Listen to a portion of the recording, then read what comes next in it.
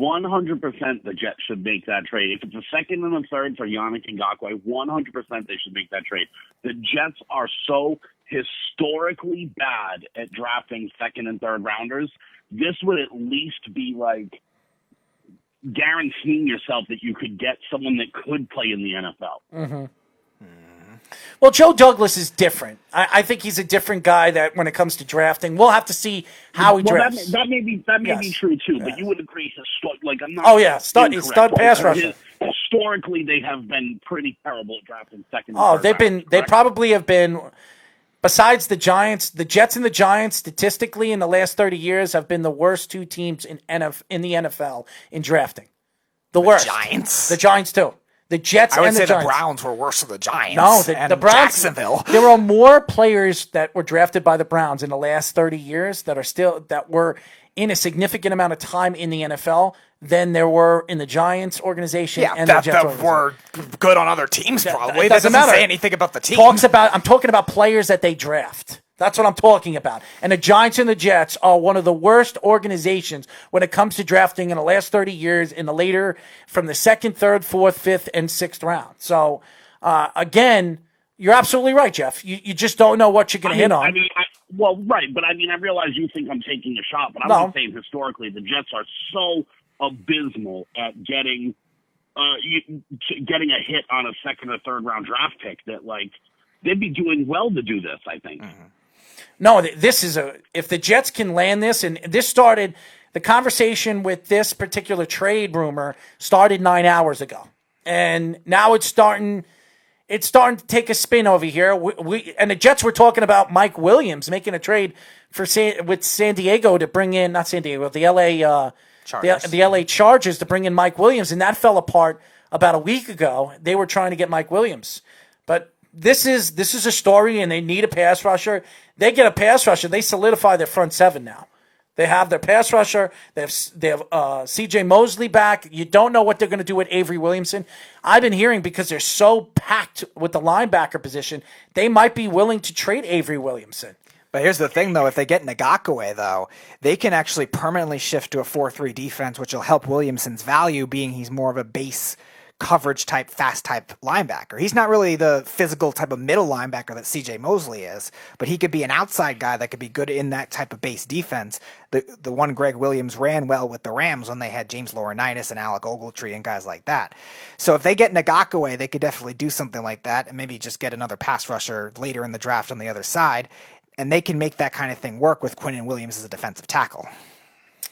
It's going to be very, very interesting. But, Jeff, what did you think about, so far, what have you thought about free agency and what you're seeing some of these teams? A lot of these teams taking chances with some players, even the Jets, I would say you got to give Joe Douglas a little bit of credit because he's bringing in players that they need that can fill in spots for very valuable contracts where you sign them for 3 years and you're pretty much just giving them $13-14 million guaranteed in that contract, and you can opt out of that contract whenever you want. So what did you think about I don't think the question for me with the Jets is... I'm not even talking about the Jets. Then who are you talking about? I'm talking about what the league has shown you so far in free agency. I already know what the Jets. I'm just bringing up the Jets. We don't know what the Jets are or what Joe Douglas has done, but he has made valuable moves at the prices he's got those valuable players for. So I think he's done very, very well with not superstar players, but bringing valuable assets to the team where you can absolutely use them going forward, going into this season. Well, we'll have to wait and with the Jets, I think it's a wait and see thing, and I think it's more unique than most teams, only for the fact that I'm not completely sold that Joe Douglas thinks that Adam Gase is the guy for that football team. I don't think he does. Right, but who knows who is going to fit in, in the way Adam Gase schemes, the offense and the defense and comes up with things. I think Joe Douglas is just trying to, what he believes are quality players and worrying about the fit later. Mm-hmm. Well, go ahead.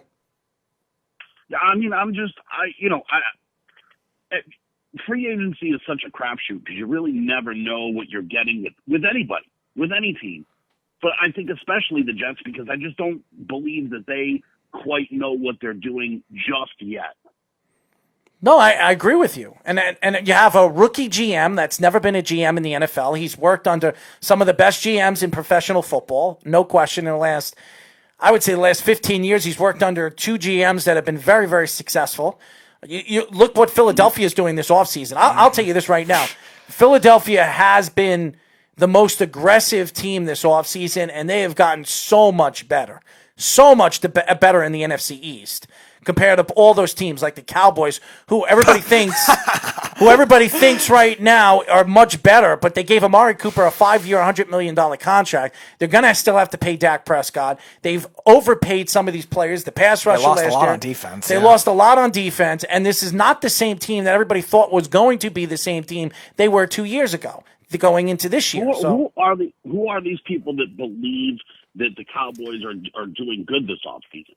A lot of Cowboy fans, but I've also read a lot of things that other analysts have thought about what the Cowboys have done. They brought Poe in. I think that was a good move. That was a good move. HaHa Dix was a good move. I mean, they've made some good acquisitions for very low prices, and they didn't really have to guarantee anything. These aren't long-term deals. I mean, HaHa Dix is going to help their he's going to help their defense, especially in the secondary. Again, he might, but he's been so bad everywhere he's been, no one's wanted him. Mm-hmm. No, he was really only bad with the Redskins. He was good with Green Bay, and he wasn't great with Chicago, but he was serviceable. If that were the case, why isn't anyone keeping him ever, anywhere, on any team? I agrre because I don't think a lot of teams need safeties right now. I think the market's really gone down for them. I still think that Clinton Dix he's better than any player they had on their team, especially in their secondary. Definitely with the safeties, yeah. Definitely in their secondary. I don't know if he's better than Byron Jones right now. But Byron Jones stinks. Byron Jones is no longer with the organization. Yeah, but but that's because of money. That wasn't because of it's a downgrade. I wouldn't want Clinton Dix over Byron Jones. And listen, they couldn't afford Byron Jones. He priced himself out for what the Cowboys had for salary cap, and that just is what it is. That happens to team salary cap casualties. But that's a downgrade, Clinton Dix for in place of Byron Jones. Right. That's a downgrade. But Errol's right wherever. Right, but Errol's right where everybody else in that defense, Clinton Dix at this point, or in that secondary, he's essentially an upgrade over everyone else. He absolutely is an upgrade compared to all the other players they have. And Byron Jones, as much as everybody thinks Byron Jones was a good corner in the league, he had one great season. Clinton Dix was an all-pro player. He was a Pro Bowl player for 3 years or 2 years in his career. He's a better player at his position. Now, he's not the same player he once was 3 years ago, but he's still, I think, a serviceable player that I think is not as – I don't think Byron Jones is that much better than Clinton At this Dix. point, he is, but because he is a younger – what did Byron Jones do this year? What did he do? He had a good year. He has a good number one corner year. The problem with Byron Jones is not that he's bad. It's just a problem he can only play one style because he's a smaller corner. So he's not going to be able to be physical. His ball skills are not going to be as good as top number one corners, but he's still a good coverage guy. You know who Darrelle Revis is, right? Of course. You know Darrelle Revis wasn't a big guy either.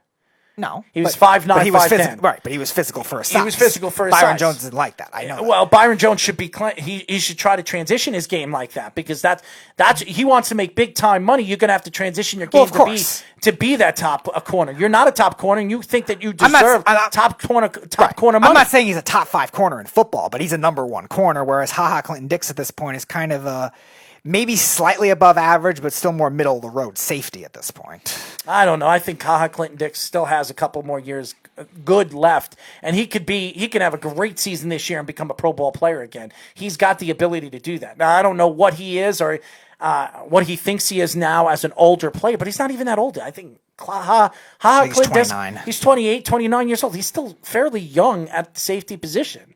So he could still play another 3-4 years and still be a serviceable player. So I don't know, man. I think Byron Jones was an overrated player. I'm not saying this because I don't hate. He's only 27. Okay. Yeah, he's young.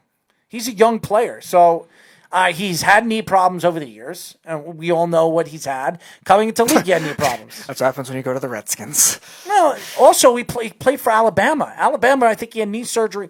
What didn't he have, Jeff? If I'm not mistaken, didn't he have knee surgery when he played for Alabama? I don't remember if he did or didn't. I'm not sure if he did, so I wouldn't be able to really tell you. I think he had meniscus surgery, if I'm not mistaken. But nevertheless, I think. But I can't. But the people that say that the Cowboys are doing well,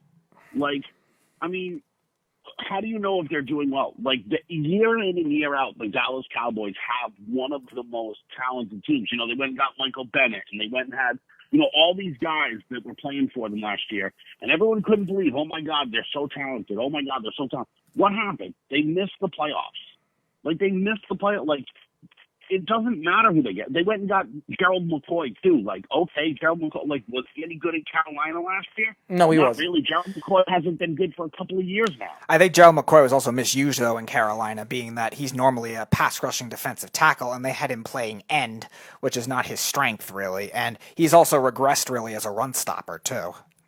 Well, again, they're hoping for, a guy that's just going to have an outstanding year and a better defense. That's what I think they're looking at Gerald McCoy. That's what they're Dontari Poe, he's still a good player. Yeah, he's a good run stopper. Tackle, right? He's a good run stopper, which they had problems doing last year. You put him in the middle of your line, he can transition your line and completely change your line as a good run stopping defense. So I do believe they have the pass rushers to be a good pass rushing team.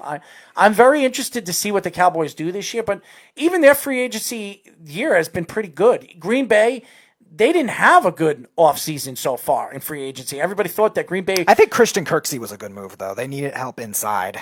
Yeah, but they lost a lot of players more than they gained players. They lost Balaga, who was an injury-prone tackle. They lost Martinez. They replaced Martinez with Kirksey, essentially. So that kind of washes, I guess. And I think they got a defensive lineman, so I'll look that up. They didn't make any big acquisitions. For me in the NFC, the entire conversation about free agency begins and ends with the NFC South. Every one of the teams in the NFC South got better. Emmanuel Sanders joined the Saints. I don't think Atlanta got better. I don't know how the Falcons got better. Buddy, it will definitely make them at least better. The Saints have never had a receiver on the other side of Michael Thomas. I agree with the Saints. The Saints got better. I said Atlanta. And they had a bunch of bumps. You look at Tampa. Tampa went and got Tom Brady. Like him or not, that's a huge move. Tampa Bay could have been really good last year. Jameis Winston wasn't the league's only 30-30 guy. You're going to definitely not throw 30 interceptions now this year. That's going to help that team. That's not hard. When you look at Carolina getting Teddy Bridgewater and some of the other guys that they got, every team in the NFC South seems like they're going for it, and the rest of the teams in the other divisions haven't made nearly as much improvements as the teams in the NFC. 49ers got worse. Well, I don't know if the Panthers really got better, though, because they lost Luke Kuechly, too. He was surprisingly retired. You don't think Tom Brady over Jameis Winston is making them better? I said the Saints and Bucks got better. I asked about Carolina and Atlanta. They didn't get better to me. The Falcons, I think, got a lot worse. Yeah, the Falcons, right, losing Austin Hooper and Trufant and Freeman, anyways. They cut a lot. For whatever reason, they cut a lot. And they signed Dante Fowler, who he was the same kind of player as Vic Beasley. So I don't think they got better. In Carolina, they lost a lot because of, again, Kuechly retiring and the front office. I was very surprised Kuechly retired. I really was. But this is also a guy that doesn't want to be brain dead when he's at the age of 50. He came out and said that in a GQ magazine a couple of years ago that he doesn't see his career in the NFL going too long moving forward because of the whole CTE and the injuries that he had. He's had how many injuries with his legs, his back? I mean, this guy, and Luke Kuechly is a Hall of Famer. You look at his numbers, he's been the top 2, top 3 linebacker in football for the last 7 years. I would say right after Patrick Willis retired, he got the top spot after that. He's been 2015 to this year. He was the best middle linebacker in football. So to me, he's a Hall of Famer. Maybe he hasn't done it as long as everybody expected. That's what's worrisome with everyone else. But I think Luke Kuechly will make it because he's a fan favorite, and I think they really, really love him. So the biggest key with that is to see if these other guys who did retire earlier will get into. If it becomes a more prominent trend, I think you'll see it.